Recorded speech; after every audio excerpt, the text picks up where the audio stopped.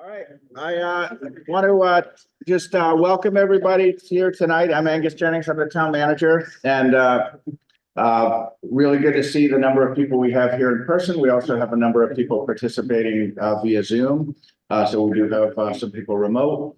As those of you who have been following this probably know, this is the culminating public event in the MVP planning grant, the River Road Resiliency work that's been ongoing with the grant funded work since about September, but it's actually the result of several years of work that's really started with the Climate Change Resiliency Committee involving the select board and others, as well as a number of staff, and really got into a much higher gear once we had the state funding support that came through last summer, and we got a contract in place in the early fall with GEI and GMRI. So those are the consultants for the River Road portion. What we wanted to do tonight, tonight is also a major public event on a town-wide effort, which is the hazard mitigation plan. That's a requirement of federal law in order for communities to be eligible for post-disaster financial support from the federal government. Even if there's a federal disaster declaration, communities are only eligible to receive funding if they have an approved hazard mitigation plan. So that's a very important effort.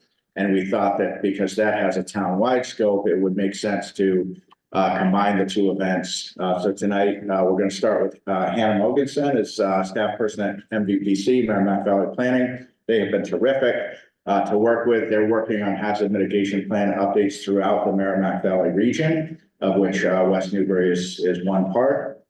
So she's going to start with a presentation of the hazard mitigation plan, which has a town-wide scope, and then the latter part, and really the primary amount of time tonight is going to be focused on River Road with GEI and GMRI. So we're going to have presentation, more presentations, and we will have Q&A and kind of a panel toward the end of the event. So we'll have plenty of opportunity for questions and discussion. So with that, I'll turn it over to Hannah. Thank you.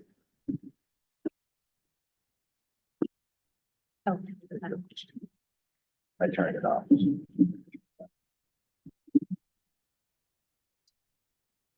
All right, thanks for your patience, everyone. Sorry, forgot that was off. Thanks so much for the introduction, Angus.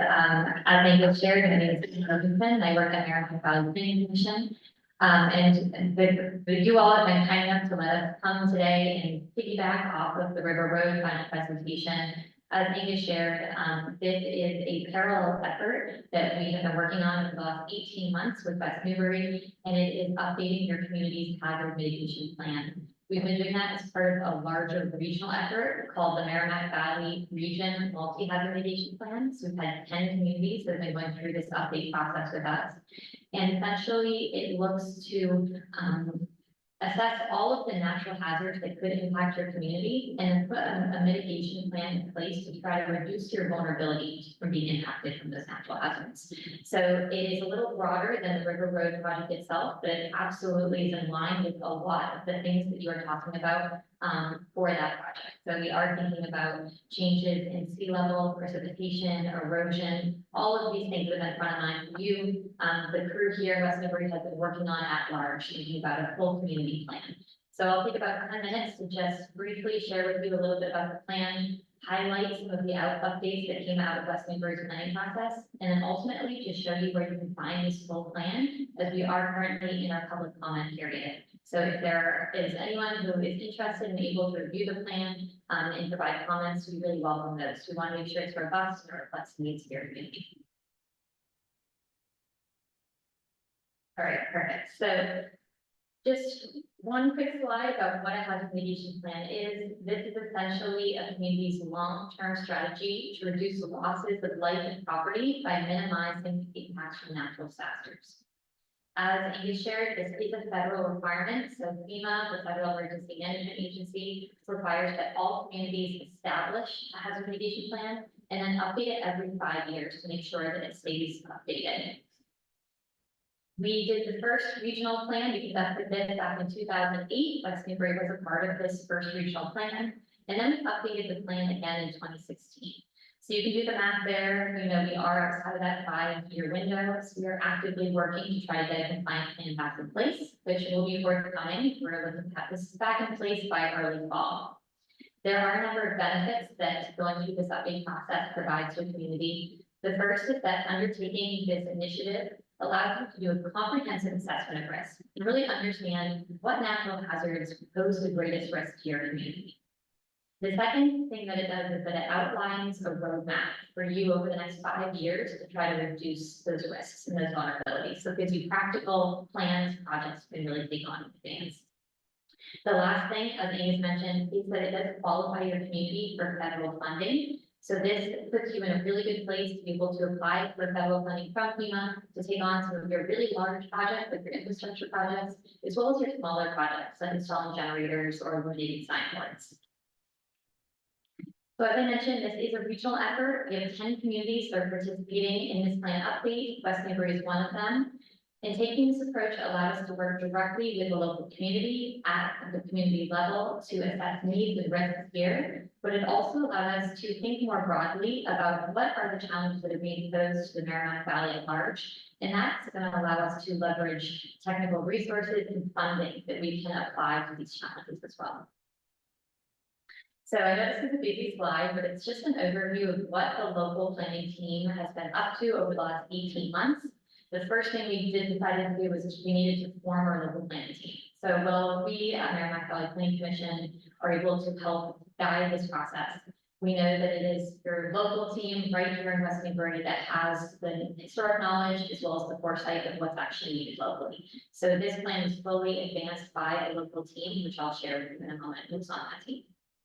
Once we have the plan in place, we reviewed the 2016 plan as a good basis to start from. And from that, we identified a few areas that really needed to be updated. The first in step 3 was to reassess our natural hazards. That's the full list of potential hazards that can occur within the Commonwealth. And we had a few additions since 2016. So we wanted to include things like invasive species, which weren't included before. Tsunamis, interestingly, were not included before. So there's a few things we needed to reassess. But we also know that we're experiencing changes in the intensity and the frequency of these natural hazards, and that's something else that we wanted to consider. Following that, we conducted an updated inventory of our what we call community lifelines, or the resources across your community that we need on a daily basis for them to function. And this allows us to understand where the critical resources existed in your community. By overlaying the areas we know natural hazards can occur, and those areas where we know our resources exist, we were able to assess our vulnerability in step 5. And from that, the local planning team created a mitigation action plan to try to advance over the next 5 years to reduce that risk, and an associated maintenance plan, step 7, to make sure that that was achieved. We are now finally on step 8, which is engaging the public. As I mentioned, this plan is currently out for public comment. We welcome feedback on this. You can provide that feedback directly to me and our group at Merrimack Valley Planning Commission, or to your local team as well. Ultimately, after we do the public comment period, we will look to finalize the plan, which means we get it approved by FEMA, and we'll bring it to your select board for their final adoption. And it is important to know this is a non-binding plan. So all the things that are put forward are guidance or suggestions. If after 5 years those unachieved, you have the chance to reassess them at that point. So I want to highlight some of the findings from West Newbury's process. The first step, as I mentioned, is your local planning team. So I just want to show you who was on that team, who was really instrumental in advancing this plan update. And this update was led by Christine Wallace. So thank you, Christine, for shepherding this process for your team and answering all of the emails. But beyond Christine, as you can see from the list above me, you really did have a broad representation of folks that participated in this plan update from many different facets of your community. From the town administrators and management itself, looking at the highway department, assessors, your DPW, your utilities that's recognized by the water superintendent, your conservation department, and emergency management, as well as your health agent, your elected officials, and your select board, your building inspector, and your town planner. So really broad representation of the group that helped to advance this update. Once the team was in place, as I mentioned, the first thing we did was to reassess the natural hazards. Up on the screen, you can see the list of 15 hazards that the Commonwealth has identified exist here in Massachusetts. So these are the 15 hazards we have to consider as a group. Natural hazards oftentimes depend on weather and climatic patterns, so they can be predicted and can assess them. So the local planning team considered each of these 15 hazards using these 4 criteria. They looked at the location that these hazards can occur and how broadly they occur within West Newbury. They looked at the severity or extent. They also used best historic data to look at how often they've occurred in the past, as well as best climatic projections to look at future probability. They did a whole assessment of all of these 15, and ultimately they created a hazard risk rating for West Newbury. As part of this process, they identified 6 natural hazards they felt like were high risk for West Newbury. These are wildfires and drought, extreme temperature, coastal flooding, inland flooding, and coastal riverine erosion. So you can tell many of the things you're here to talk about here tonight. 4 hazards were categorized as moderate, being severe winter storms, high winds and thunderstorms, invasive species, and hurricane and tropical storms. And 4 they identified as a lower hazard, being earthquakes, tornadoes, tsunamis, and landslides. So this just gives us a snapshot of those hazards that are most likely to impact our community here in Westford.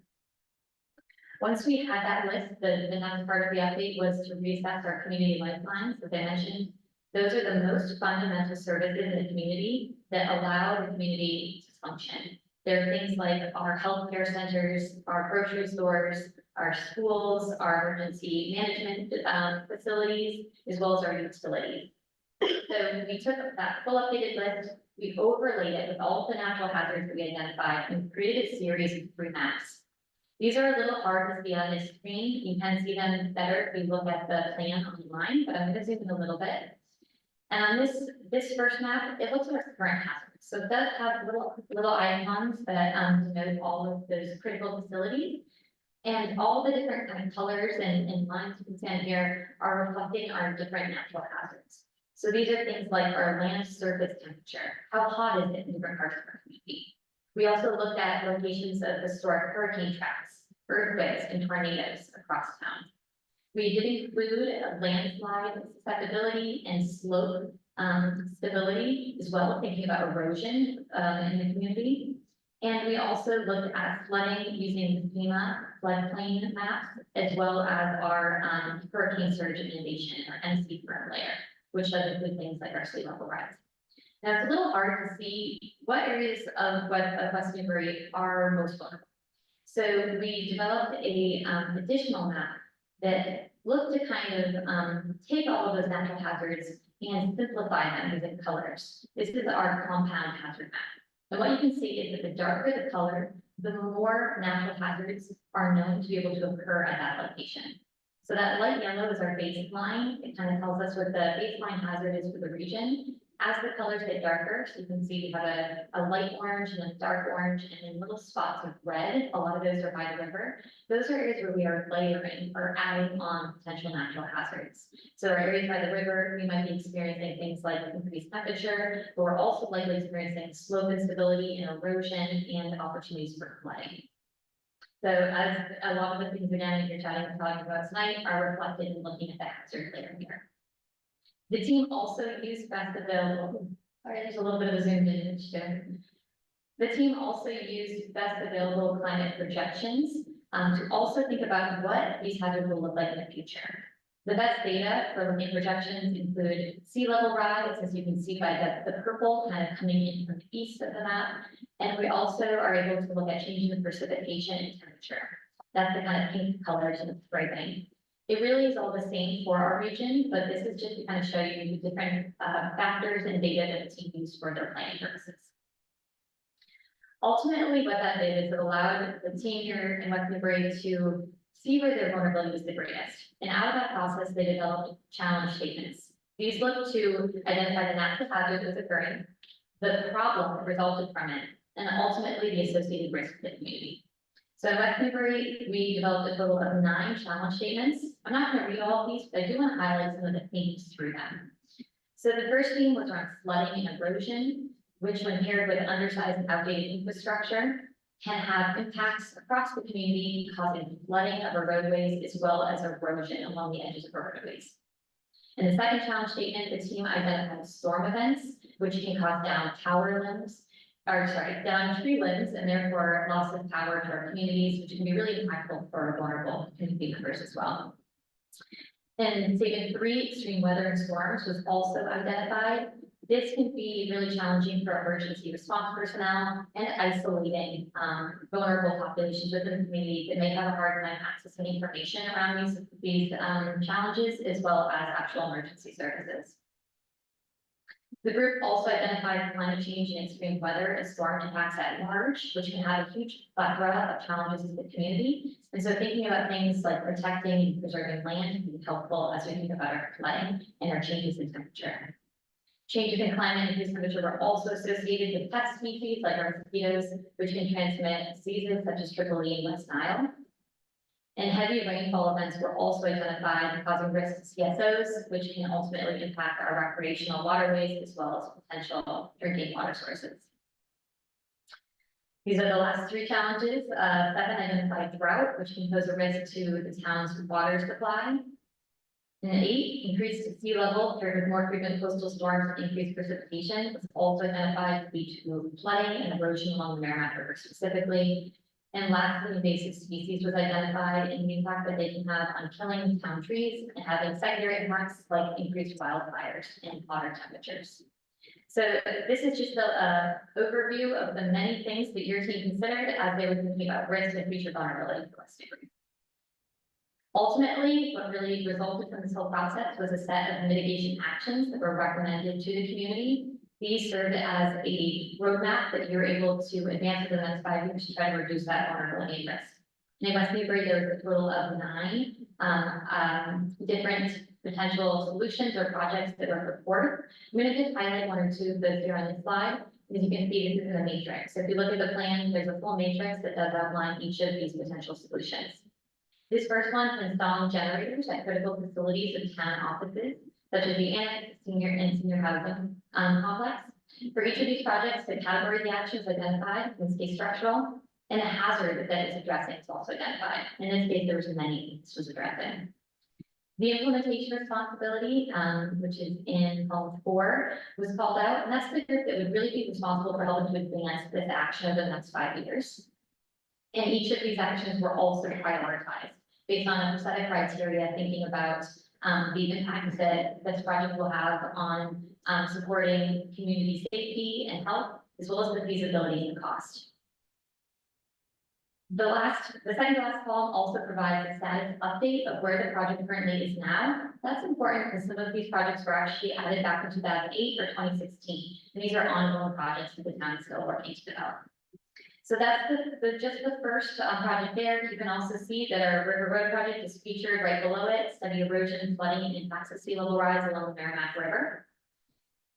The group also identified 6 more that I'm not going to walk through in full, but you can read and kind of get a sense of some of those other projects. They include things like replacing undersized culverts, swales, and drainage systems, managing invasives, and increasing the supply of potable water.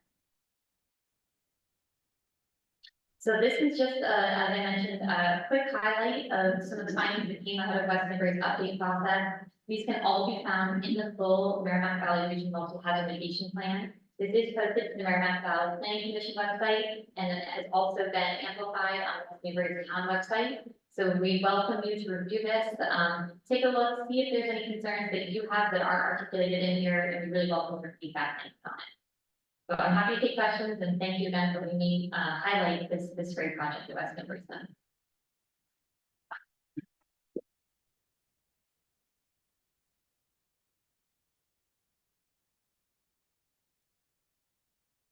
Do I identify West Newbury? Yeah, that's a great question. I would say that there were themes that connected to multiple. I mean, I know there's a big focus in West Newbury on the Merrimack River erosion. That's not something we saw in every other community plan, but definitely in Haverhill, they're experiencing severe erosion there. So I'd say there was definitely themes that connected them, but for each of the things we identified, the West Newbury team specifically put an action plan in place for your community. So while it is a regional approach, there are actions that are very specific to the community here. But things like potable water and invasive species and erosion, flooding, they're things we're seeing across the Merrimack Valley at large. Yeah, I guess for starters, that's a great presentation, Hannah. That was really succinct and that's good. Is there, have other communities had similar concerns regarding invasives? Is that like a common theme now, or are we? We're not unique. No, Can you all hear? no, I can reiterate the question. We also can pass the microphone. So the question was on concerns about invasive species, and if that's something that we're seeing at large across the Merrimack Valley at this point, or if it is more specific to West Newbury. I would say at this point, yes, we are seeing it pretty much across all the communities, but it's different types of invasives. So in Amesbury, for example, they're really concerned about invasives in their ponds, their waterways, because that is blocking some of their drinking potable water sources. Whereas in the coastal communities, you're seeing a lot of coastal invasives, and they're worried about the effects it's going to have on displacing native saltmarsh species. So it really depends on the specific community, the type of invasives they get there. It was really wonderful though, because in West Newbury's case, we were able to highlight a lot of the action that you're already taking, and you're looking to continue amplifying on invasive species specifically. Thank you. I'm loud enough. Last time we met, a question was brought up River Road wise about the Roxville Bridge, and they said that was out of scope of what they were looking at. Is that in scope for you? Because basically that bridge spans the river. There have been times when it's gotten almost completely inundated, and it is one of the major transportation avenues. It's a great question. Yes, we looked at all bridges that were owned or, let's say, owned by West Newbury or connected West Newbury to another community. So yes, the Roxville Bridge is in our plan. We mostly focused on structural integrity of the bridge. So looking at if it is structurally deficient, which is not until last update in early 2023. It hasn't been on the state's list of being structurally deficient. There wasn't a major focus on it in terms of climate resiliency though. And so that's an interesting point you bring up in terms of thinking about increased or heightened water in terms of kind of the inundation of the bridge itself. So that's a great point that we can definitely consider adding to the plan. Thank you. I will, is this one on? Is it on? Okay, we actually, so the Rocks Mill Bridge structure and the revetment, that's part of it, was not in our scope, but we actually did take a look at if the bridge would be inundated. And for our analysis, it was not predicted to be inundated, the bridge itself.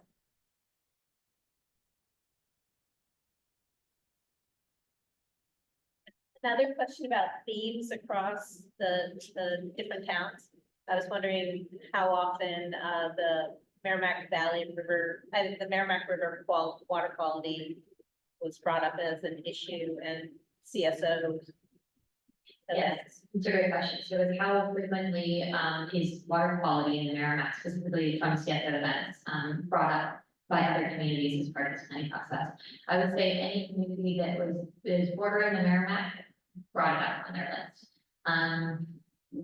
For some of our more developed communities upstream, so looking at like Lawrence and April that do contribute to the CSO event, they absolutely had it on their plan to continue working towards remediation of that. But you also have other communities like Newbury and West Newbury who call it out as concern in their plan due to recreational or drinking water. Amesbury as well. So I'd say it was a very common thread that we saw.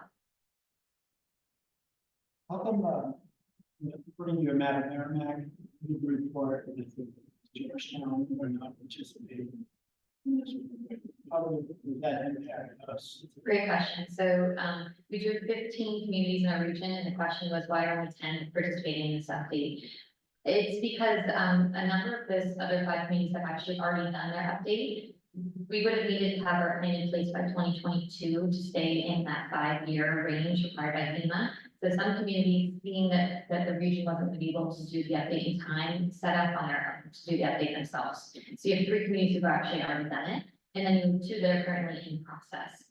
They had, different efforts that just made sense for them to do it themselves. But I will say all 15 have been in the regional plan. It kind of just depends on where they're at in their own processes, but they're doing it right.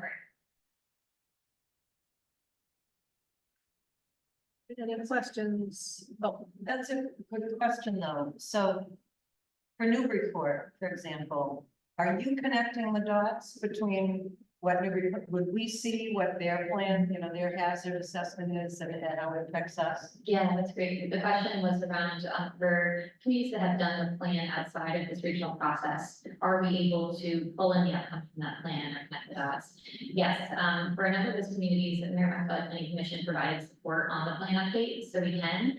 And in this case, Newbury came to us multiple times and said, oh, we're doing an initiative with it next to Newburyport. Can we see their plan? What are they doing their plan? So we're definitely trying to connect the dots and make sure that we do pull that knowledge together. Thank you. Well, thank you again for letting me jump in to this great event tonight. I will be around if anyone has questions, and all the information on how to provide public comment is on the Merrimack Valley Planning Commission website, as is my contact information. So please feel free to reach out. Thank and you. also, if there's anybody on the Zoom call, you're welcome to ask a question as well. Yes, and for folks on Zoom who may have not heard that, please feel free to ask questions as well. Thank you. Thank you.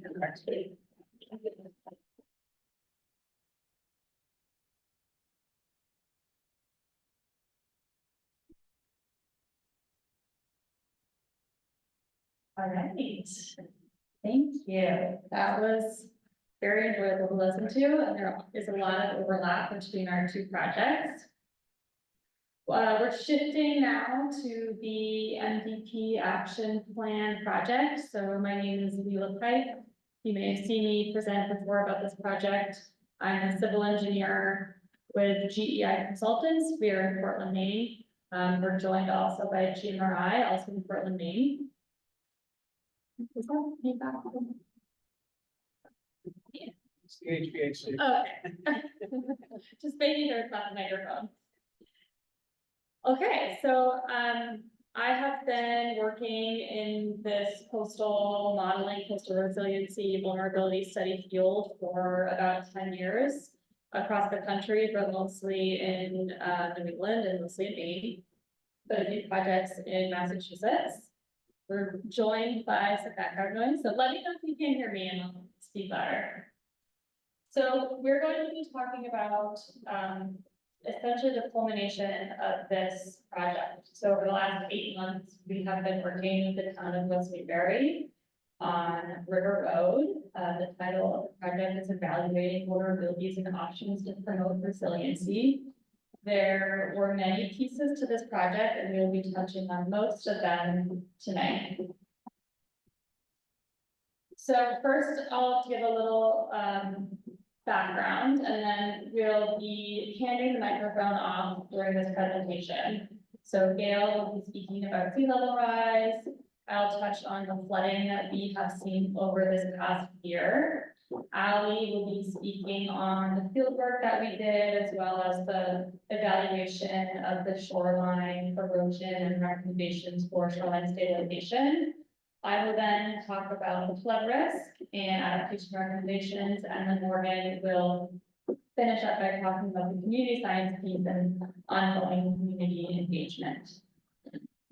And so with that, I will begin with the project overview. So there are 4 main goals of this project.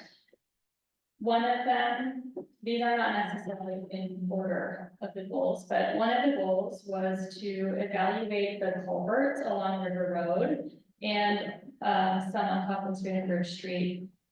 Evaluate the culverts for the conditions of the culverts and to understand the capacity limitations of those culverts. So we did some field work to evaluate, take photos, measure the culverts, and then we did a modeling analysis to understand under what precipitation events those culverts may back up, be overtopped, and cause some local flooding. We also evaluated the shoreline, so we investigated areas along the embankment where there is observed erosion or instability.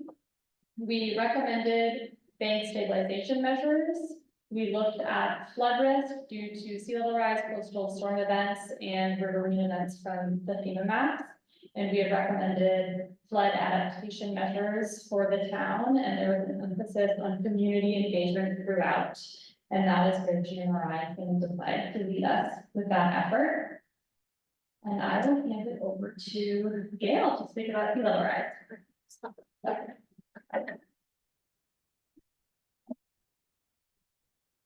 Thanks, Leila. Hi, my name is Gail Bonus. As Leila said, I work at the Gulf of Maine Research Institute. We are based in Portland, Maine, but work throughout the Gulf of Maine coast, supporting coastal communities and understanding the kind of pending threats and risks we have due to coastal climate impacts, and also supporting communities in building capacity and better understanding what options that they may have as they're looking to build coastal resilience against these threats, and kind of the main one being sea level rise. And so that's where this project really focused. I'm just going to give you a little bit of a background on sea level rise over time, kind of past what we're experiencing today and what we can expect in the future, is that's where the project recommendations are really built on. So we don't have a tide gauge close to West Newbury that is collecting real-time data, but you do have two long-range tide gauges nearby, one in Boston and one up in CV Island, so Kittery or Portsmouth in the area. So we'll be showing you data from both as they're about equidistance away from here. So looking at the Boston tide gauge, you can see it's been collecting data since 1921. It collects data currently on a minute interval. It used to, I think, on a 6-minute interval. And looking at this data on the long range trends, you can really clearly see that there's been an increase over time. And when we're talking about climate impacts, we really want to look at that kind of trend as to how has that measured environmental factor been changing over a span of time. And on, like, to average that out, it's been about 8 inches over the past 100 years that we've experienced an increase in our average sea level rise here. But as you can see from this graph, there's a lot of variability throughout that. Some years it's raising or it's higher than that average, and some years it's lower than that average.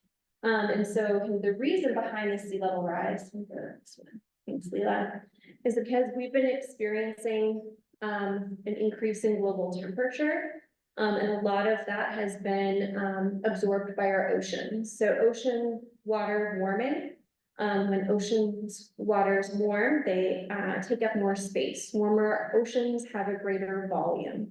So we've seen that be a major contributor to sea level rise. And here in the Gulf of Maine, our ocean waters have been warming at a rate that's roughly 95% faster than the rest of the world's oceans. So we've been seeing an increased rate of warming here in the Gulf of Maine, which kind of makes us this like microcosm for understanding global climate issues here on a local level. Other major contributors to sea level rise thus far have been land ice melt. A lot of that has been coming from mountain glaciers so far, and a little bit of that has been coming from Greenland, and then a little bit less from Antarctica so far. Although Greenland and Antarctica have the potential to contribute a lot of ice or a lot of water if all of that ice were to melt. And that's kind of like a common question we get when we chat about sea level rise is, well, what happens if all the ice melts? So just for reference or context, if all the ice in Antarctica and Greenland were to melt, we'd see roughly 240 feet of sea level rise. So that's a lot of ice, a lot of water, and that's also not going to happen. So good on that. But we do have potential for a lot of ice melt to come from these places, particularly as these ice sheets become unstable. And that's an area where we have not lived through that before. And that's an area of a bit of uncertainty in the data, which I'll show you in just a minute. But keep in mind right now, majority of our sea level rise we've been seeing is due to that thermal expansion and land ice melt. Okay, great. So I'm going to bump up to the CV Island tide gauge, which is in Maine, in part because I wanted to show you what it It follows a very similar trend to the Boston one, but in Maine, through our Maine Geological Survey and the Maine Climate Council, they've been interpreting this data and creating some really friendly, user-friendly and great graphs to look at. So if you look at the kind of dot plot to the side, you can see that blue line, which is showing me that average long-range trend. But where we've been going in climate science too is looking at like kind of 30-year cycles. And so what is that trend on a shorter term and not just 100 years? And so that's what that red line is showing us. And you can see very clearly that the rate of rise has increased over time. In some years it's doubled, in some years it's more than that. And in particular, if you look at those kind of top two dots, that is showing us the average sea level rise for last year and the average sea level rise to date this year. Average sea level. So sea level is also made up of lots of things, which I'll chat about in just a second. But the takeaway from this graph is showing us that yes, sea level has been rising over time, but in recent decades, that rate of rise has really increased. So what we can expect in the future is a continued trend of that increased rate of rise. And so this is data that comes from the International Panel of Climate Change, which are scientists from around the globe that get together and review the latest science every 5 years and put out a report. And then it came through NOAA's office to be interpreted for the US, and then through lots of partnerships, in particular the Army Corps of Engineers, we get these localized graphs of sea level projection to those tide gauges that have been in place for a long time. So this is showing us those projections based off of the latest data for the Boston gauge. And kind of take away from this is that the furthest you go out in time, kind of the broader that span of projections gets. And that's due to a few factors. One is that what's driving a lot of this change is our carbon emissions. And we can make projections based off of what we assume as a globe we will do about our carbon projections in the future, but we may not be right. So the low scenarios, assuming as a globe, we kind of cut our carbon emissions yesterday and started sequestering carbon with technology that's not readily accessible. So it's part of this data package, but it's a really unlikely scenario. The high scenario is assuming that as a globe, we're continuing to emit carbon at a same increasing trend that we are today. It's also a little unlikely because we know that there are some great strides happening around the globe to reduce our carbon emissions. So what we'll likely experience will be somewhere here in the middle. And then the other kind of reason behind that kind of larger gap the further we go in time is that ice sheet uncertainty. We don't know at what point some instability will occur amongst those ice sheets in Greenland and in particular Antarctica, and there's a lot of potential water for our oceans that is in there. So that's kind of allowing for accounting for that uncertainty in there.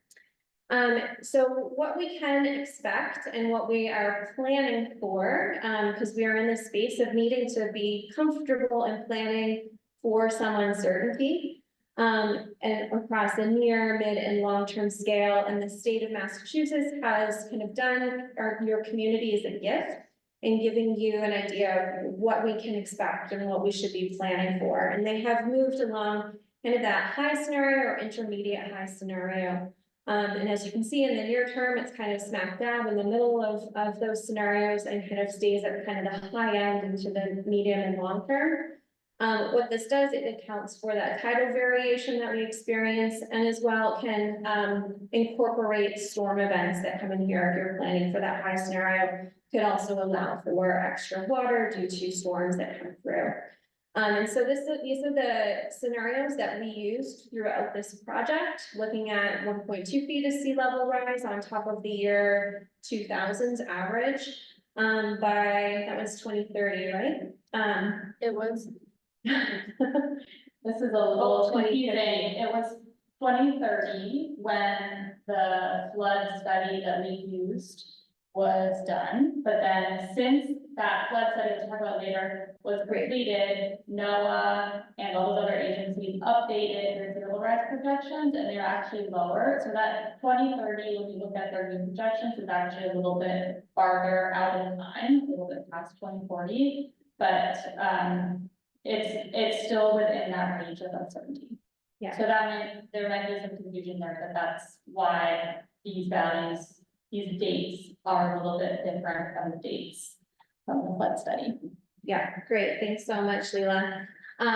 Yeah, so it's just shifted the water levels out by like a decade. So even if we're like, you get a project in place, it's gonna take a lot of time to get that permitted and actually constructed, and you know that project is going to have a lifetime that's much more than 10 years. So kind of planning much more longer term of these projects is just fine. But again, it's like planning for that uncertainty and also that variability in sea level. Right, thanks. And so sea level is just one of the factors that comes into play when we're looking out at the water and also experiencing water levels in our communities. And this comes into that measured sea level that we looked at earlier too, from the Boston tide gauge as well as CV Island. So sea level comes into play there, and we have seen an increase in sea level, in particular last year and this year. There's been higher sea levels than we have reported before because we're seeing that average over time. Kind of unsure of what that driver is behind it, but it's likely due to kind of a shift in the Gulf Stream current currently, but TBD on some science there. Another variable when we look out at the water is that we see tidal range. And here you experience a tidal range of roughly 7 to 8 feet. Tide goes up and down twice a day, every day, pretty reliably. But that tidal range really comes into play when you're looking out towards the river and seeing where the water is that day. Also experiencing storm surge. And so in this instance, that would be coastal storm surge. So if there's extra water being pushed up towards land from a storm out to sea, then that can make its way up the river and you can experience more water level here. Waves, if there's kind of wind action moving across the river, could also push wave action up onto the shore in West Newbury, increasing that experienced sea level. And then a major contributor for you all here, which is not part of this study, is that freshwater component. You all live along a tidal river. You are a coastal community, but you're also a river community. And that's a huge gap in the data to date is what does it look like when you're contributing sea level rise plus increased river flow due to events that are happening upstream. And so that's an area for further study, but just noting that freshwater input is also a major contributor into your experience at sea level. So I'm going to pass things back over to Leila, who's going to chat a bit about kind of what that observed level of flood waters that you guys all experienced this year. There were some historic flood events. And again, that will kind of come into play and we'll get to see what those projected sea level rise looks like in your community and kind of recommendations throughout this presentation. Great, thank you. So as Gail mentioned, I'll talk about some of the flooding that you all experienced in 2024. And just to recap, the town of West Newbury is on the Merrimack River, as we all know. This river experiences change in water levels due to a variety of reasons. Coastal storm surge, sea level rise coming in from the mouth of the river, and extreme riverine events coming from the upstream end. So all of those contribute to the water level and the flooding that you may be experiencing. So let's talk about some of the flooding that you experienced. So I have 2 events here, I know there were more. January 10th, January 13th. January 13th is shown here. So this is a picture of what I will continue to refer to throughout this presentation as, well, actually, I was gonna say this is the field, but am I wrong? This is the field. Okay, I'm going to call this area the field. And if you don't know where that is, let me know and I can verify more, but I think that is the term you all used. That was January 13th and then March 10th. So this is flooding down by the intersection with Coffin Street. And then there was also another flood event on April 4th. I will be talking about two of these, and the reason behind them. So let's first look at that January 10th and 13th storm. So if you came to the presentation last time, I showed a graph from the Boston NOAA tide gauge. So these storm events were extreme, and they were more extreme the farther up the coast you got. For example, in Portland, Maine, we had the highest recorded water level since 1912. So it was the highest water event that we had ever recorded since then. And it wasn't the highest event in Boston. And since West Newbury is in between the two, I wanted to get a little bit closer. So since the last presentation, I've pulled data from a USGS gauge, which is in Newbury Port.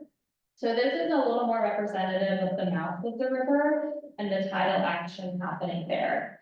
So on January 10th, that gauge recorded a height of 8.36 feet. And on January 13th, that gauge recorded a height of 9.26 feet. So this is representing tidal action. If we look at the FEMA flood insurance study for their updated coastal tidal storm events, their 1% annual chance still water elevation, which is what we may call the 100-year storm. You might hear it referred to as that. It's really the storm that has a 1% chance of occurring in any year. This is what FEMA bases their flood maps on. So that still water elevation is not the base flood elevation, which incorporates wave action or wave runout. The still water elevation is really just the storm surge on top of the water level. So, and that is what a gauge would be measuring, the still water elevation. So the FEMA 100-year still water elevation at this location is between 8.3 and 8.9 feet. These events exceeded that. So for all intents and purposes, these are at or above 100-year water levels, and that's what we're seeing in Maine as well. And not only that, these were 4.5 feet above your typical high tide. So there was a pretty extreme surge that occurred. And if we move on to March 10th, that event was measured at 8.24 feet. So again, the FEMA 100-year water level ranges from 8.3 to 8.9. So it's pretty representative of that 100-year storm. That's it. So just a little bit of background, and then we'll dive back into flooding in a little bit. But now we're going to talk about this actual study, and I'll hand it over to Allie. Hi, everyone. My name is Allie. I'm an engineer at GEI consultant. I work with Leela in Portland, Maine. I'm going to talk about the field work that was conducted for the study and our evaluation of the existing conditions of the shoreline and some of our recommended strategies to address those existing conditions. So it's kind of same thing, field work, shoreline conditions, and recommendations. The field work started on December 6th, and that consisted of a culvert survey, a drone survey, and a river walk. The culvert survey involved us, if you saw us out there, hiking up and down the bank and recording data that you see in this field data form, which ultimately was compiled into a list that was then used in models to assess the capacity of these culverts. While we were collecting these data on culverts and outfalls, two of our colleagues were performing a drone survey. So we collected images like this along River Road. And from these images, with a program called Drone Deploy, a 2D and 3D models were created. This is what it looks like when you're way zoomed out, but you can pan and zoom and extract individual photos and really get a good sense of the river from kind of a bird's eye view. Rick and I also did a river walk where we walked along the shore during low tide and really got a up close and personal look at some of the erosion. So to document the existing conditions, we looked at the natural setting, the built environment, and also the observation. The natural setting included a bit of a literature review of some available data. We looked at superficial geology, land cover, and slope gradient.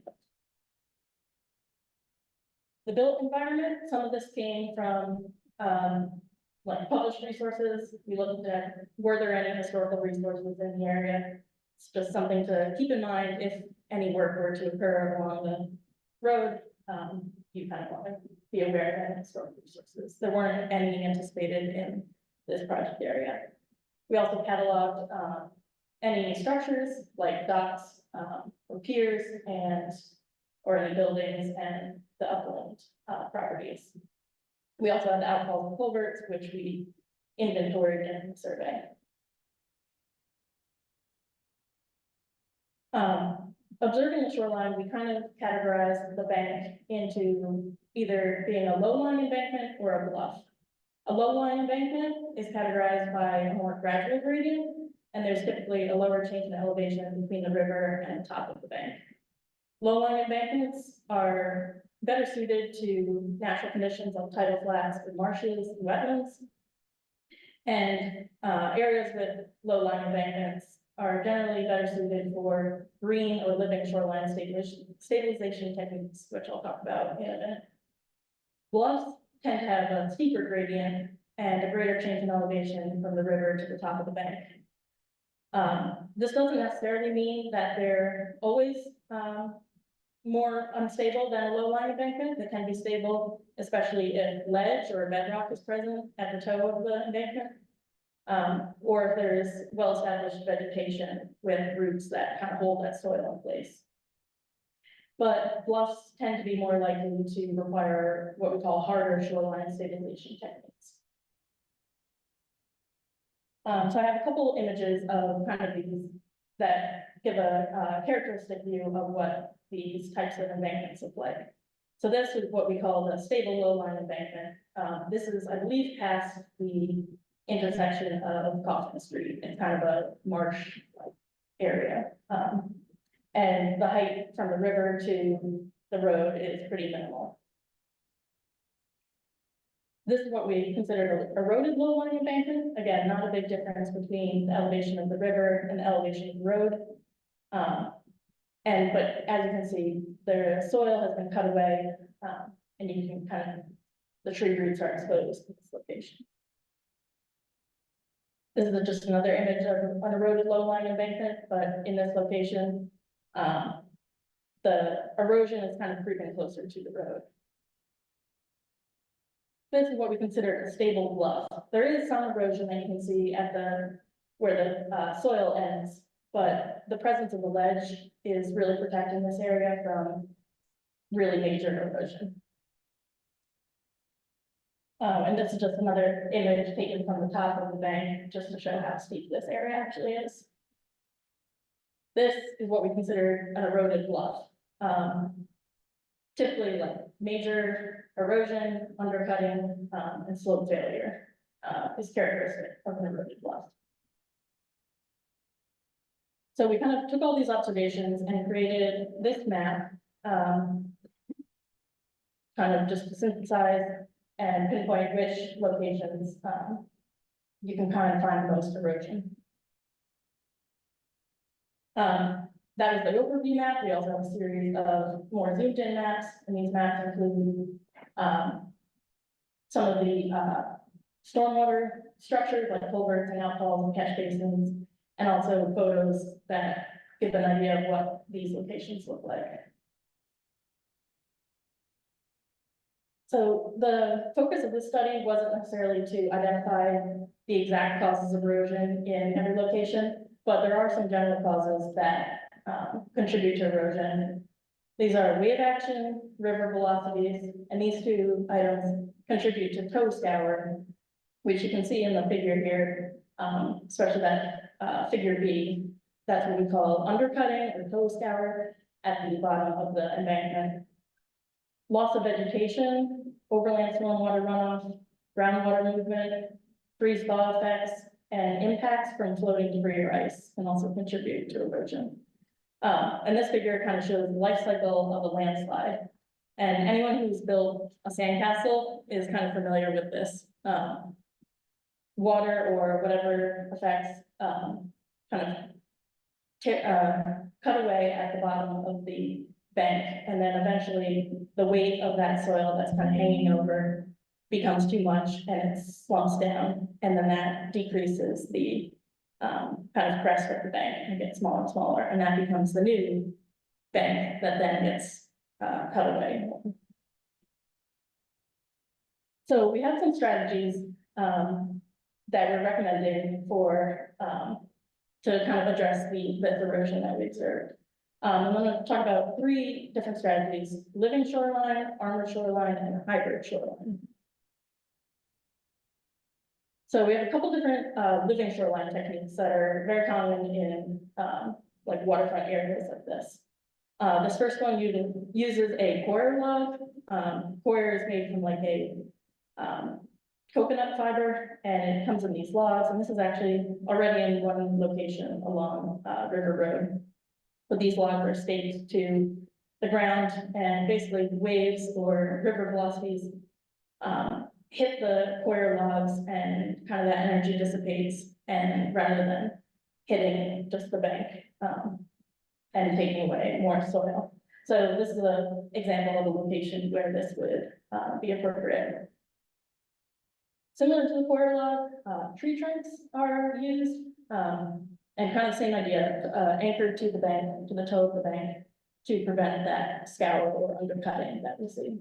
A lot of times this is paired with planting the slope up, like upslope of the logs.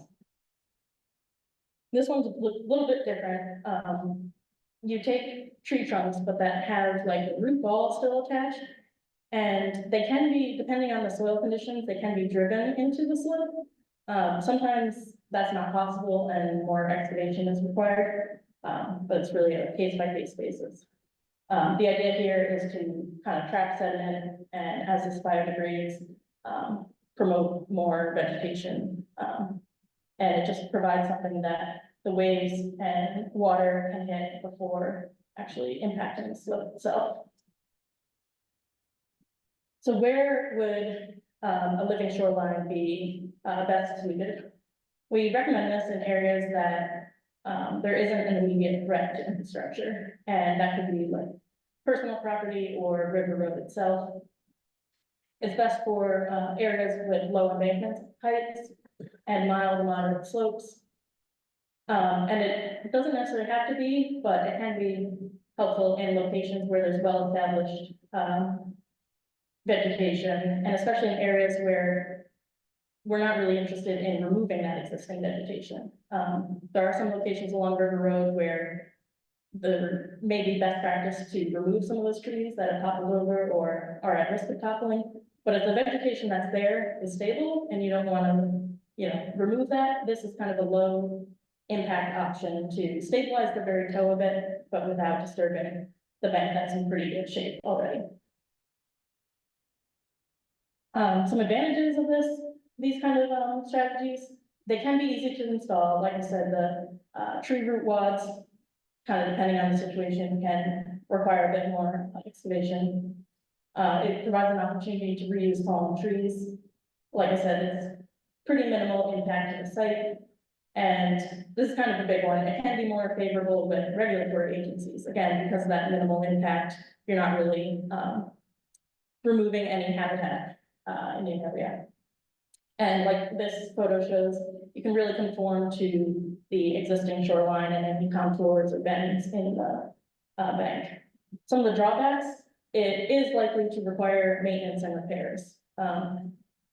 And this might be I have it listed as an advantage, can be a disadvantage. It will biodegrade, so it's not a permanent solution. And there are some dangers if tree trunks become dislodged, they can become floating hazards downstream. An armored shoreline, like I showed here, this is in a beach in Maine. Typically involves some kind of a harder structure. In this example, like a bed of smaller gravel is placed so that these larger boulders are not sitting right on the soft sand. These boulders can be pinned to each other, and typically the boulder at the toe of the slope is embedded at least partially in the existing soil, or if there's ledge present, it can be pinned to the ledge. And what do I mean by pinning it? This is an example. There's a bit of a concrete retaining wall just behind these stones, but a hole is drilled all the way through and into the rock below it, and a large piece of steel rebar is threaded through there, so it holds those rocks in place for additional stability. An armored shoreline like this is best suited for areas where there's severe erosion, including landslides, like that very eroded bluff that I showed earlier. This is kind of appropriate where there's nearby infrastructure that's at risk or very close to the shoreline. And this is best for steep embankments or a high wave energy environment. Some of the advantages of a solution like this is that it provides greater stability than a living solution, and also greater longevity because those rocks won't biodegrade. It will require some maintenance and repairs, but typically not as much as a living solution. Some of the drawbacks, it can be more expensive to install. It will likely cause some level of habitat loss. And there's a possibility for erosion where the stone revetment ends and has to transition back to the natural shoreline. That's kind of an area where you can get that scour. So it's kind of best to, if you're gonna do a stretch of shoreline, not to have gaps in it, kind of make it one continuous revetment. And a solution like this can be less favorable with permit agencies. That's not to say they don't allow it, but there is that level or that risk of habitat loss. A hybrid shoreline kind of combines these two strategies, where you have a stone revetment at the toe of the embankment and going partially up the embankment. And then where there's room, you can plant vegetation upland of the stone revetment. This is suitable for areas, and a lot of these criteria are pretty much identical to the criteria where a fully armored solution, with the difference being, I'll go back to this image of kind of the area by the field. There's really not room to have much of a planted slope above the armored toe, but we kind of recommend that planted slope where there is room. Because some of the advantages are that it's more favorable with regulatory agencies and you don't have that habitat loss. The other advantage is similar to the armored shoreline. It provides kind of that same protection that a fully armored shoreline would. And the drawbacks very similar. With the additional one, that time is required for new vegetation to become established. So I have one more strategy, and this is a do nothing strategy, kind of the decision to do nothing. And this comes with kind of the asterisks, do nothing for now. This doesn't, where we recommend this, it doesn't mean that these areas won't need stabilization at some point in the future. The purpose of this strategy is really to help the community prioritize areas that need to be addressed immediately.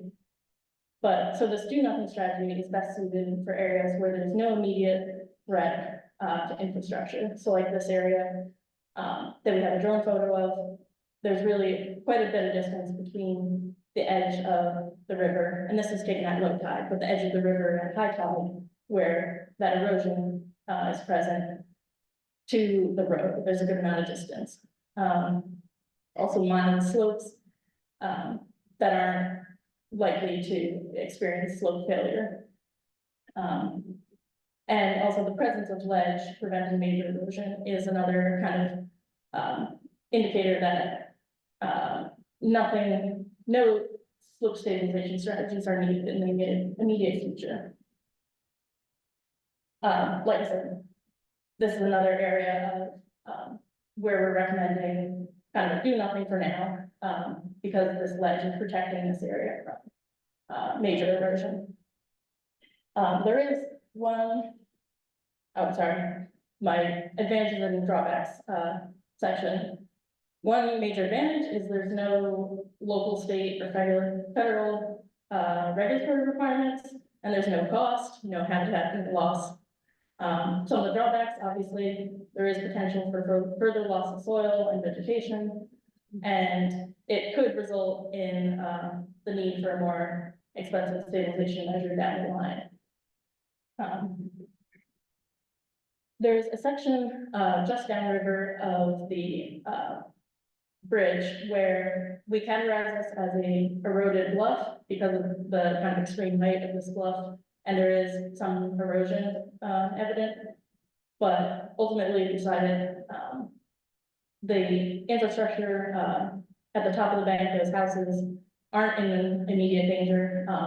But that's not to say that property owners can't implement any of the solutions that or any of the strategies we're providing. And in any of the locations where we recommend a do nothing for now strategy, there is the option to kind of preemptively slow the rate of erosion in these areas. Some other considerations, while kind of you're considering slope stabilization strategies, are the permit requirements. Part of our report that we put together kind of outlines what those permit requirements are and gives kind of a timeline of how long acquiring those permits we think will take. Like I said, the more you can avoid discontinuities in like an armored or hybrid solution, the better, because you don't have as many opportunities for scour between the rock and the maybe softer soil.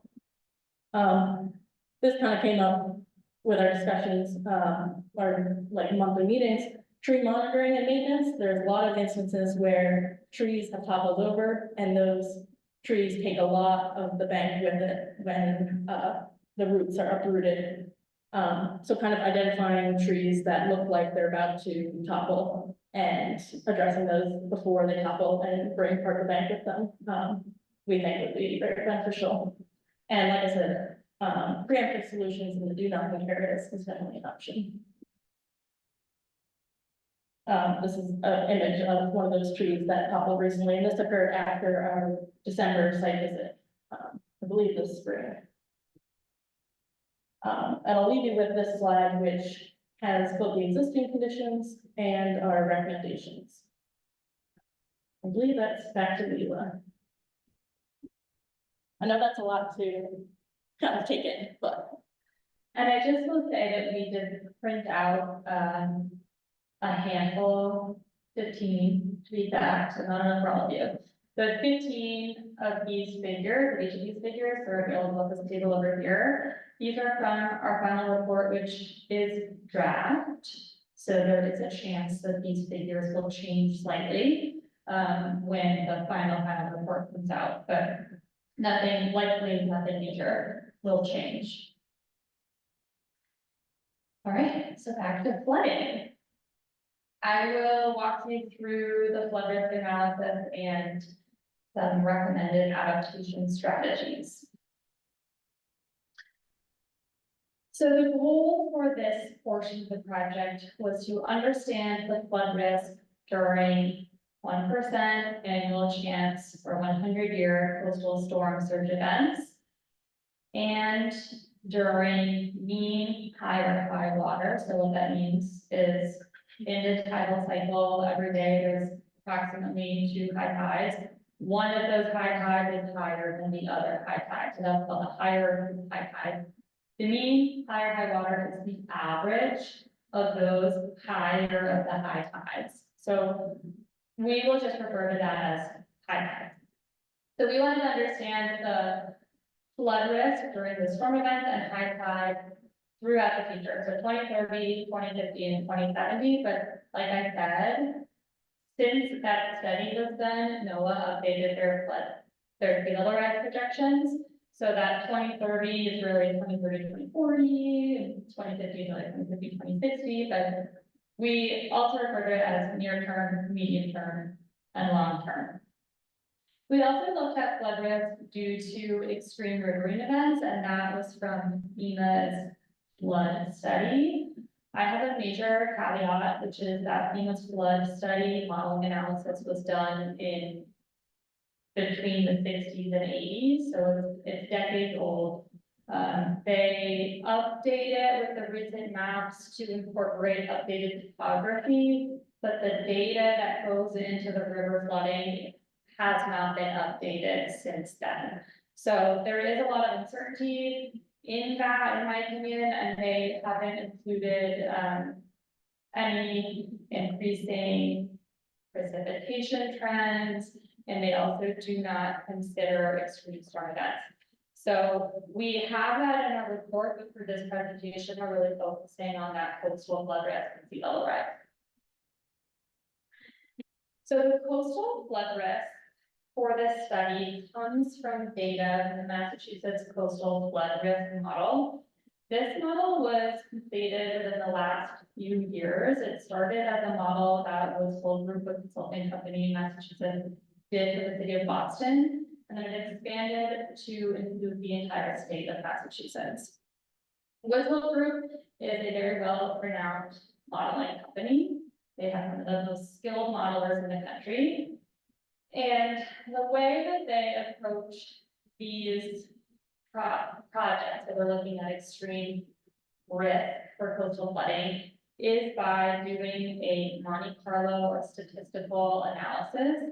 So they purchase storm packages, as they call them. So a storm event, a hurricane, or a major event has a set of parameters that is unique to it. So wind direction, wind speed, size of the eye of the storm, and the track it takes towards land.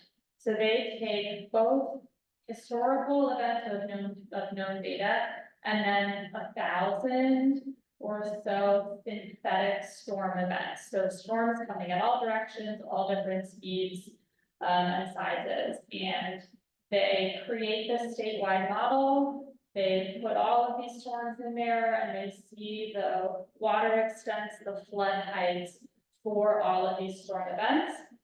And from that, they create a probability curve where they can say, okay, here's that 1% chance storm, water heights, water extents. And that's where this data comes from. So they did that analysis for those three rates of sea level rise, 1.2, 2.4, 4.2. For those three time frames. And we used that data for the river road to evaluate the extent of flooding and flood depth along the road in different areas. We also just looked at sea level rise on top of high tide to get a sense of what that high tide flooding, what flooding you may expect to see every single day in the future, because that can have a pretty major impact on your access to River Road. So if we dive right into the results, these are the flood risk results for the year 2030, the 2030, 2040. And for this, we are expected to see flooding in three general areas that I will refer to as the field, the corner where the transmission lines are, and the Coffin Street intersection. And then, as we know, these are areas, well, actually, I haven't seen any pictures of the transmission line area, that there was flooding there, I'm not sure. But we did see flooding at that Coffin Street intersection and the field for these storm events that were pretty representative of 100-year storms. So we are seeing that today in our flooding. If we move to 2050, we will see these areas of expected flood inundation expanded, so larger swaths of the road. pretty much the entirety from Coffin Street intersection and east along River Road, all the way around the corner half of the transmission lines is expected to be inundated during storm events. As well as the field and another little lip of road between the field and the transmission lines. When we move ahead to 2070, it's when we start seeing flooding every single day during high tide. And that is likely to occur along River Road east of the Coffin Street intersection and near the transmission lines. The field, it will not, well, one major caveat. These models are looking at, like I said, 1,000 different storm events, but they're looking at one rate of sea level rise. There is a huge variability, even in any given month, where the sea levels, as we can see, were higher than the predicted high or lower than the predicted low. So while you show flooding for this scenario, there is a tremendous amount of different scenarios that can create flooding. You could see a 200-year storm, a 500-year storm, and the flooding will look different than what we are showing here. But for this model, we are still not expecting to see the field inundated every single day by 2070. It would be very close right at the edge, but overtop during coastal storm surge events. So this is the data that we are working with when looking at adaptation. And I will introduce adaptation, so you may have seen this before, if you came to the past event. So when we talk about adaptation strategies, we'll talk about two different modes. One will be infrastructure-based strategies, and one will be non-infrastructure, non-structural strategies. So for infrastructure-based strategies, this is an image from the IPCC report that talks about a few different strategies. One is no response, or do nothing, as we call it. That is, you don't do anything, the areas flood that may flood, and probably you won't be able to use the road, or you'll have to move. One, that's A. B, I don't know if this is the letters are pretty small, but B moves to the top right. That is advanced. This one, we don't see much. But essentially in this image, it is creating a levee seaward of your infrastructure. That levee then protects the area behind it, and then you can build on top of that levee, so you actually gain more land. This isn't something we ever see. The next one is protection, so that is a levee or a seawall. The house stays where it is, and you are now protected from that flood water. And then we have retreat, which is moving away from the area of predicted flooding. We have accommodation, which is allow the flood water to do what it's going to do, and you accommodate, so you elevate your road or elevate your house. And then the last one is an ecosystem-based adaptation. So this works well in areas that experience a lot of wave action that causes flooding. So living shorelines, for example, or restoring dune systems can help break up that wave energy before it hits shore. And so that has framed some of our recommendations for this. And when we were thinking about our recommendations, and from the workshops that we have had with you all and the community input, we noted that the primary concern here is access. So access to River Road, to the residences on River Road, access during emergencies. Fortunately, there really aren't houses that are expected to be inundated. It is the road mostly. So, and the adaptation strategies we have broken down, as I said, into infrastructure-based and non-structural. And we looked at near-term adaptation and long-term adaptation. So first, to just look at near-term adaptation. So this figure is showing flood risk during 2030, or by 2030. And these, as I said, were due to coastal storm events. So there are a few spots, the field, Coffin Street intersection, the transmission lines. If the field is inundated and either of those other two places are inundated, you then lose access to the road as a whole because both ends are cut off. So, anyone living between the field and Coffin Street wouldn't be able to access their home or have access to emergency services during inundation. So our goal for the near term is to continue access, and that would allow for reduced flood risk overall. We have recommended elevating the road to allow for continued access in these places. So if the road at the field is elevated up to 3 feet, that's 3 feet from the lowest point of the road. So in many stretches, it may just be 1 foot of elevation. That would allow for continued use of the road during coastal storm events. And the other sections of the road, elevating them up to 2.3 feet, would allow for continued access. This study, I may not have mentioned this MVP study originally was supposed to last another year, but the granting agency has, I guess, the funding where it came from, they needed us to finish this project by now. So the recommendations for shoreline adaptation or stabilization and flood adaptation, that part of the project moved concurrently. And because of that, we have two separate sections of the report. But in reality, we know that the area by the field is experiencing some extreme erosion that is threatening the road. So if we were to stabilize that section, which is where we have recommended doing some hard armoring approach, that would be the opportunity to also elevate the road. You would want to do that project as a whole, or if you elevate the road there, that's an opportunity to put in some bit stabilization. So there is some overlap between those two pieces of the project.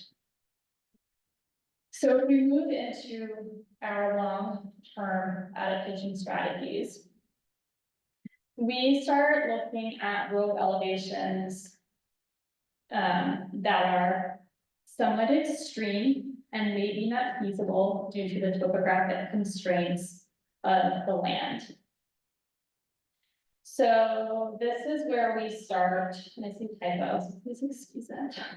This is where we start thinking about what we really need as a community. So do we want access to this road at all possible times, and we'll do whatever it takes to access this road and keep driving on this road during storm events? Or do we start thinking about the idea of living with water? And what I mean by that is knowing when a coastal storm event is coming, having it on your radar, having an alert system that goes out to the residents, and planning to not drive down that section of the road for 6 hours, 12 hours. This is something that living in New England, we may have experienced during blizzards where a huge storm comes, the power goes out, trees go down, the road you can't drive on. You know the storm's coming, you go to the grocery store, you stock up on things you need, and you plan to not leave the house for 12 hours, 24 hours. And it might be something that we have to start thinking about looking at these flood events on how much can we adapt the infrastructure versus how much do we need to adapt our behaviors. And there is a balance there. So when we talk about long-term adaptation, there are some recommendations where we say elevate to a certain amount and then plan on living with water in the future. Another adaptation strategy we'll look at is alternative access to the road and rerouting portions of the road. All right, so here is our map showing flood risk for 2070. So the field, a little blip in the middle, transmission lines, Coffin Street intersection. And I'm going to show some adaptation strategies. There is a many combinations of adaptation strategies you can do. I'm gonna walk you through one plan. This isn't the only plan, this isn't what needs to be done, but just for the thought experiment. So here's the first thought experiment, is provide an emergency access road. So here, this could be anywhere, but we have drawn an emergency access road that goes from Works Lane, and I'm not gonna remember the name of the road, but there is a road with the Bailey's Lane. Bailey's Lane, from Works Lane to Bailey's Lane. This could be a dirt road, this could be open only during periods of inundation. It could be used only by emergency vehicles to access that middle section of River Road that would otherwise be cut off from access. But going along with this, there's a small portion of River Road to the east of Ward Lane that you would need to elevate, because that is expected to flood if you wanted to use that emergency access road. And then where the field is, we had suggested in the near term to elevate it 3 feet to allow for continued access. If we're looking at the long term, perhaps that area of road has been elevated by 3 feet, and now we're looking at the future. We could do nothing more with that road. And like I said, this isn't the only option, we could elevate that road. But we could do nothing more or abandon it, but so let's say we do nothing more. That means that section of the road could still be used most of the time. But during coastal storm events, it may not be able to be used. So we don't do anything else to adapt it. The small lip in the middle between the field and the transmission lines, we could elevate that. I think it was, I don't remember off the top of my head, but it wasn't a huge amount elevated to prevent flooding during coastal storm events in 2070. So now we get to that corner by the transmission lines. And one thought we have is to reroute River Road to go behind the houses that are there out of that flood inundation area and tie back into Coffin Street outside that area of inundation. This would allow for access during coastal storm events, during high tides, because you remember that area by the transmission lines, well, really east of the transmission lines, is expected, perhaps likely, to flood every day during high tide by 2070. So that could be a big impact to your daily use of River Road. So one thought is to reroute it. There are many ideas we could do, but this is just one exercise of thinking about adaptation. If we look then beyond the intersection of Coffin Street to River Road, east of that intersection, that is a low-lying area of River Road. So we had suggested in the near term elevating it a little bit. This would reduce the likelihood of flooding for a lot of storm scenarios. But we look into the future and we start to see everyday flooding. And so we could do nothing beyond that initial elevation, and then in that case, that road could be used most of the time, but not all the time.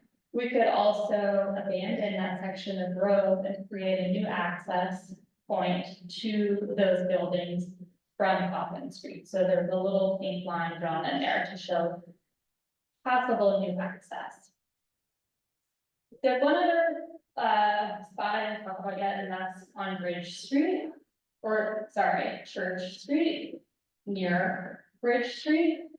There's a little section you can see in yellow that is likely to flood during storm events. This is a section where you could do nothing because there is a way to drive around this area. So that section of road could be flooded during coastal storm events, but otherwise used. Okay, so that was an exercise walking through structural adaptation options. There are also some non-structural adaptation strategies. So these strategies do not necessarily, would not reduce the likelihood of flooding, but rather they would increase the resilience to flooding or reduce the impact flooding has on you.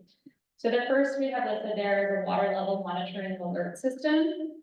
since River Road is located on a tidal river, there is this benefit, this lag in the peak high tide from the mouth of the river to River Road that Rick has told us about 1 hour.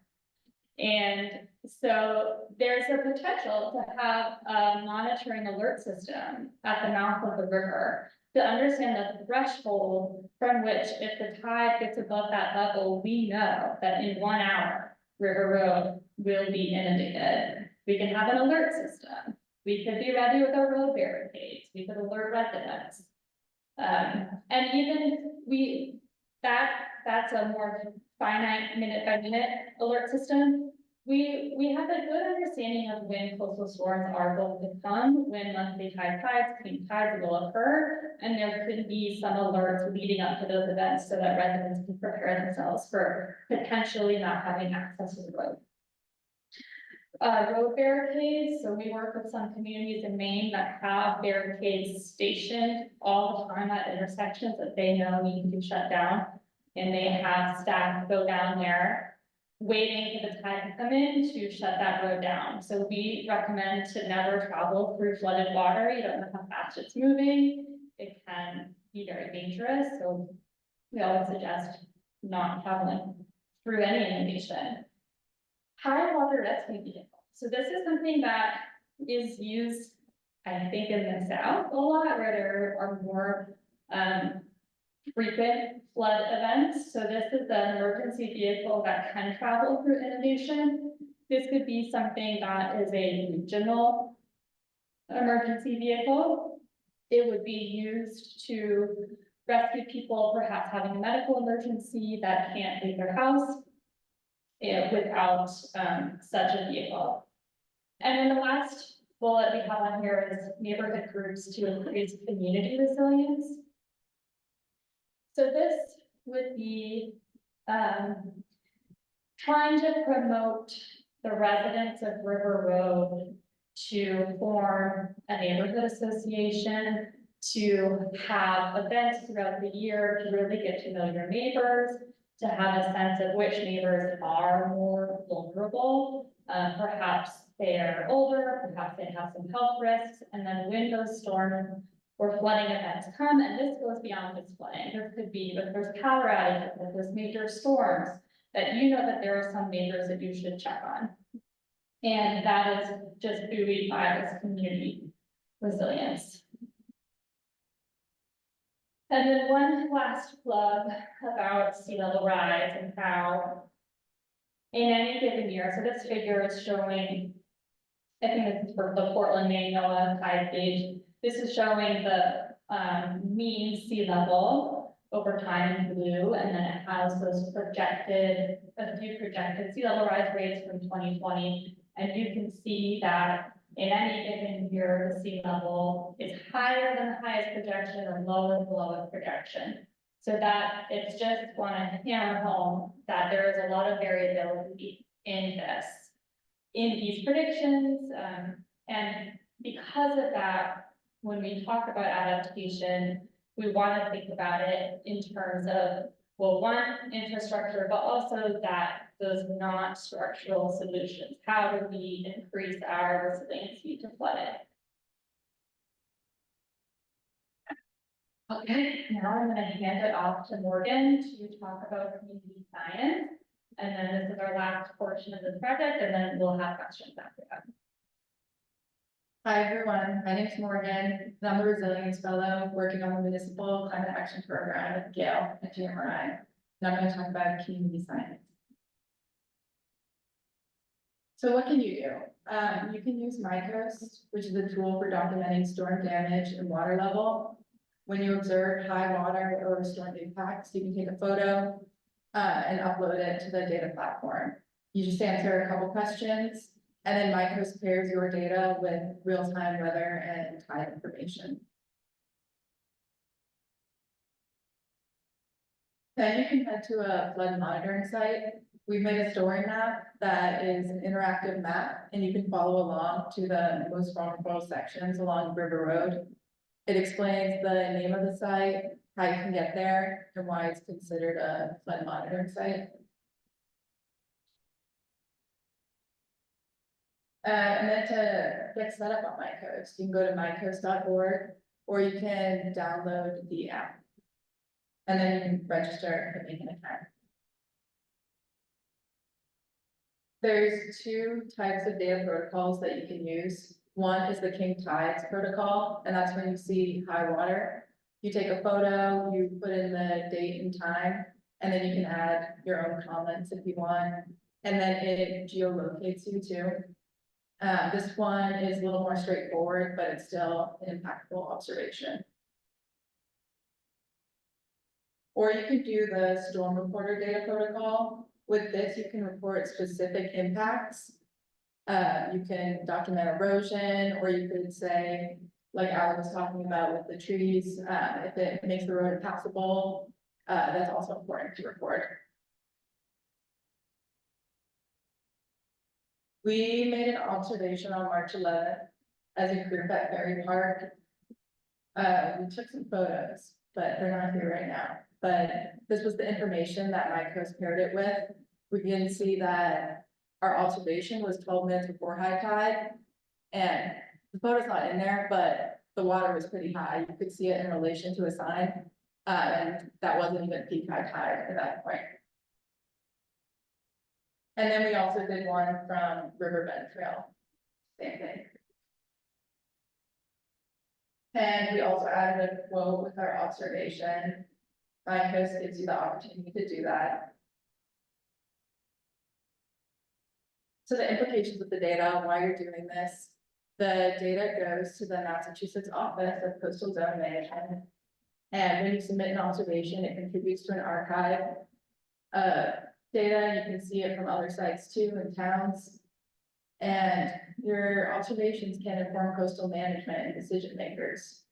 So it's very impactful. We are also making a story map that's going to include all the information from the executive summary that GEI has put together. It's still a work in progress, but we're going to be finalizing it next week. And the tabs at the bottom are some of the sections that will be included in it.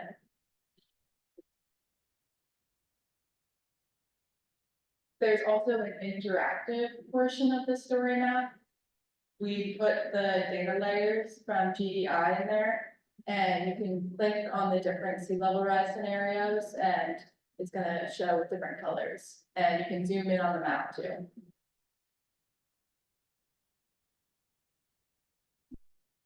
We're good. So that concludes our presentation. I want to just wrap up by saying that there will be ongoing pieces to this, with the community science portion that Morgan just presented on. Those,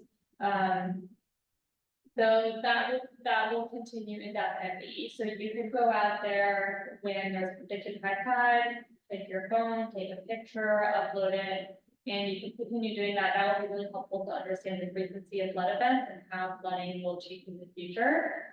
And this project concludes at the end of next week. That is our grant deadline. So there is a draft final report. We will be preparing a final report before that deadline, and the story map, which is almost finished. And I just also want to finish this by saying that this project as a whole was a planning project. So it's really one of the first steps that the town can make into the direction of actually implementing new infrastructure and stabilization and setting the town up for funding through future grants. So it was a kind of effort from the town securing this grant application. And so I just want to highlight the team members. So Christine, Rick, Elisa, Butch, Angus, and sad Michelle's not here anymore, but Michelle Green have been working really hard on this project. And now we can take questions.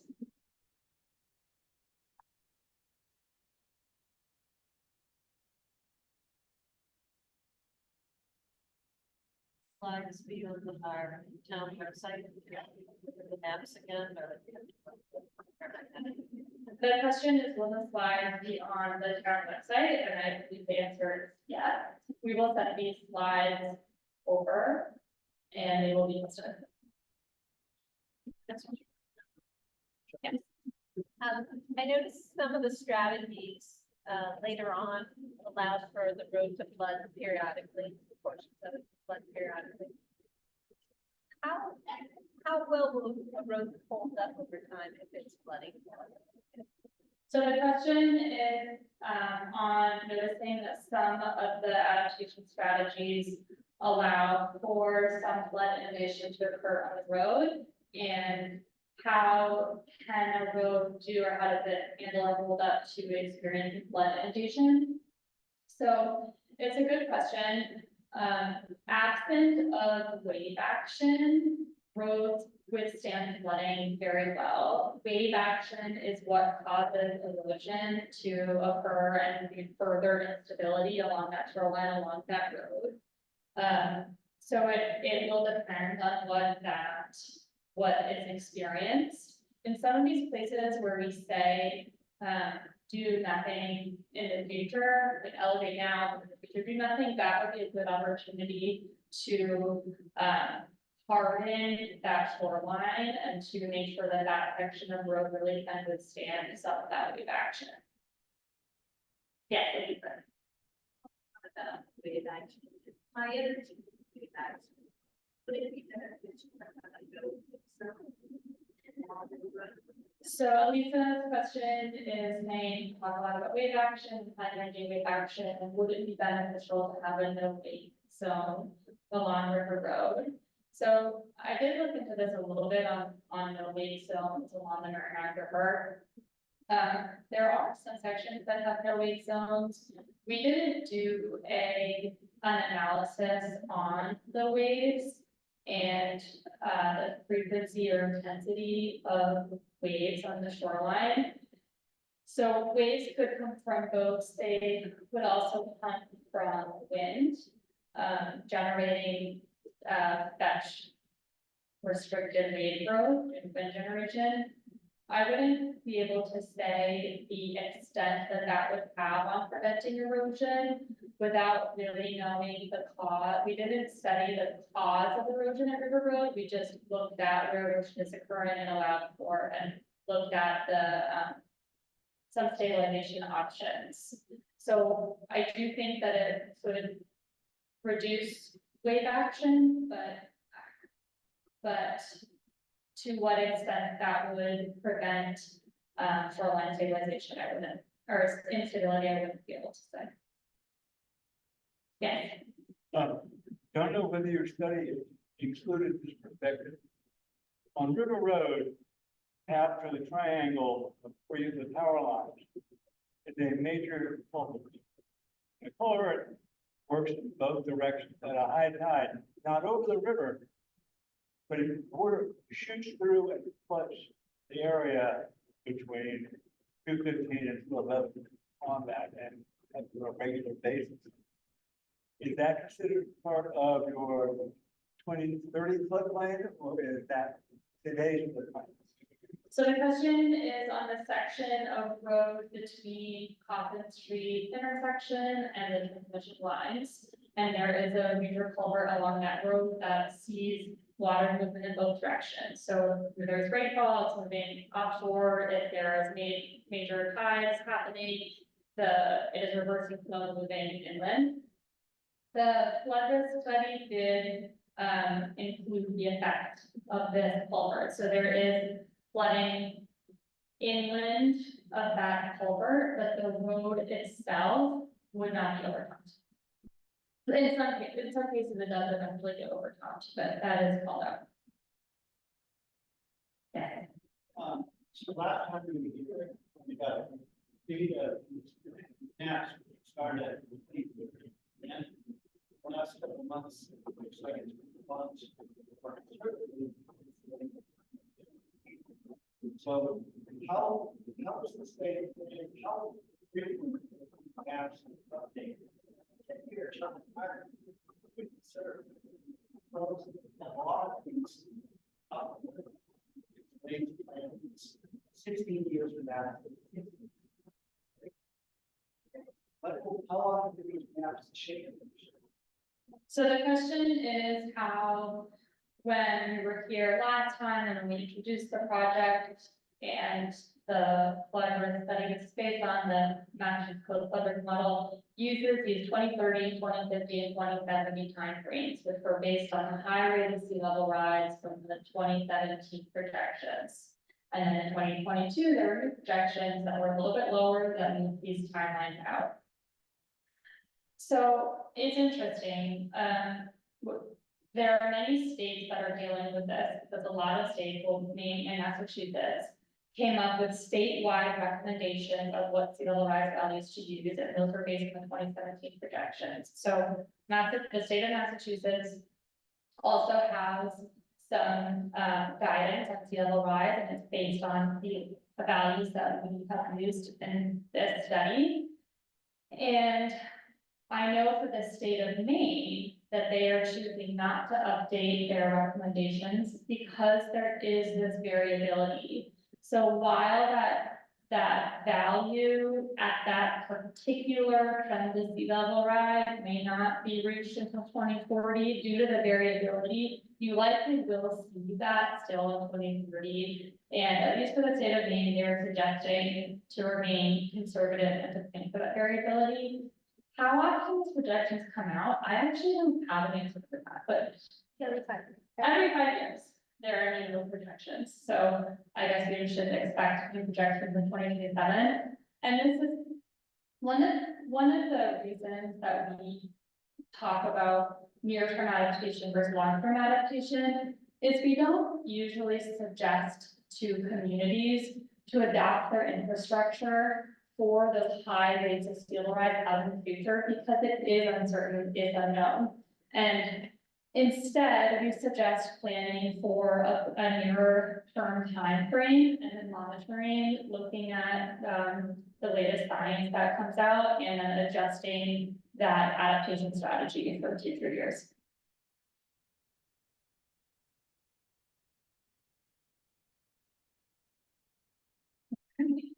Any more questions? Any questions on the Zoom?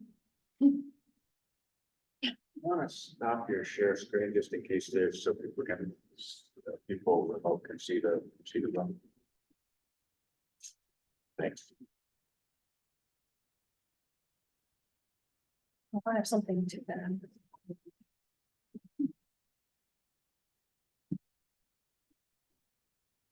I just want to point out that on the Zoom call is Michelle Bowden. She is the Northeast Regional Coordinator for this program. So she works closely with the town, and just really appreciate that she could join us tonight, because I know she's so busy working with so many different towns. But she was involved with the Resiliency Committee before I even started working here. So I think it's been about 2 years in the making. So she was working with Elisa and Rick and how to make a better grant application. And so I just want to recognize that she's here, and we hope to work with her again in the future. Yeah, I just briefly reemphasize that the state's been a really helpful partner in allowing us to get this far, and we're going to need all the help we can get from the state and the feds. So one of the things the town meeting voters approved back in April was, in the scheme of things, a fairly modest amount of funding, $40,000, which we intend to put to use over the summer and early fall, with the intent to propose for the fall town meeting, with the idea that we'd like to apply for another grant next winter. And it's likely to be matching funds or making pre-approved funding for that. So we'll be working, really the Climate Change Resiliency Committee is really where the action is going to happen in terms of how to put those funds to best use. But it's all in the spirit of best positioning West Newbury to be competitive for non-local funds. To be clear, there will be local costs as well. That goes without saying, but we do what we can to be competitive for state funds, and also with the assistance of MVPC and the hazard mitigation plan federal funds as well.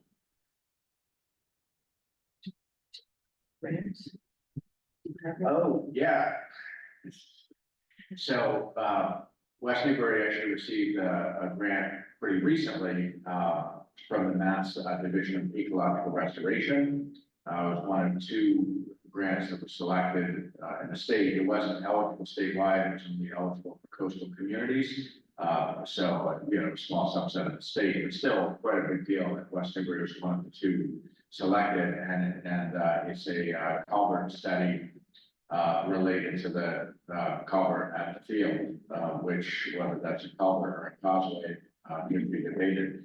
But that's something that, unlike most grants, such as this one, where the state awarded the town funds to then engage consultants, or with the Mass DER grant, it's a different model where the state is actually going to engage the consultant and they're going to directly oversee the work, which is a great help to us because, while we have a great team of staff and volunteers, we are a small town. We do have limitations on how many projects we can manage at any one time. So having a Mass Division of Ecological Restoration put their resources, their time toward helping us look at one of our infrastructure challenges is a big help. And that's something that really credit to both Christine and also Michelle Green, who until recently had been our conservation agent. They did a lot of great work on that grant application on like short turnaround this fall.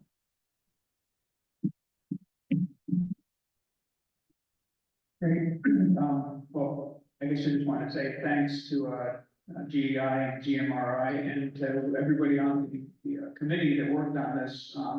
And sort of a particular point to Christine for the incredible amount of work that she's done on this all along. We really wouldn't have gotten here without her sort of, I think, shepherding things along on our end. And you know, the end product is a real solid end product, but it isn't the end of the process. And it's really what it provides is a really solid foundation to go forward from here. Obviously, we have you know, we have huge variables that nobody really knows the answer to in terms of, you know, say the rate of sea level rise. And that's going to impact what we have to do for actions. And the actions could either be infrastructure or they could be social actions. So it's really hard to project exactly what's going to happen going forward. But at least now we have a solid foundation and some momentum. And the fact that we budgeted some money to keep the momentum going is a good thing. So thanks to everybody.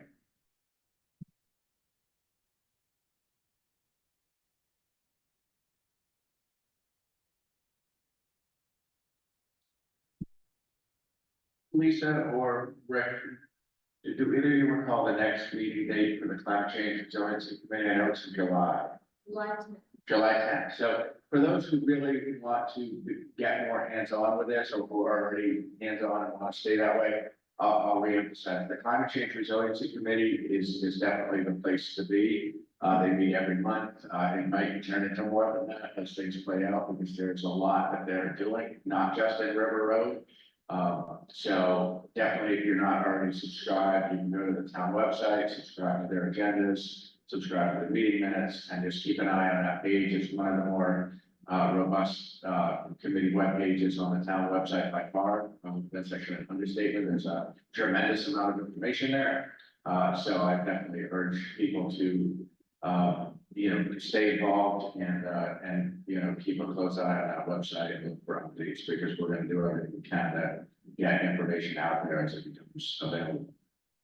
And we can always use another member. More members are welcome, for sure.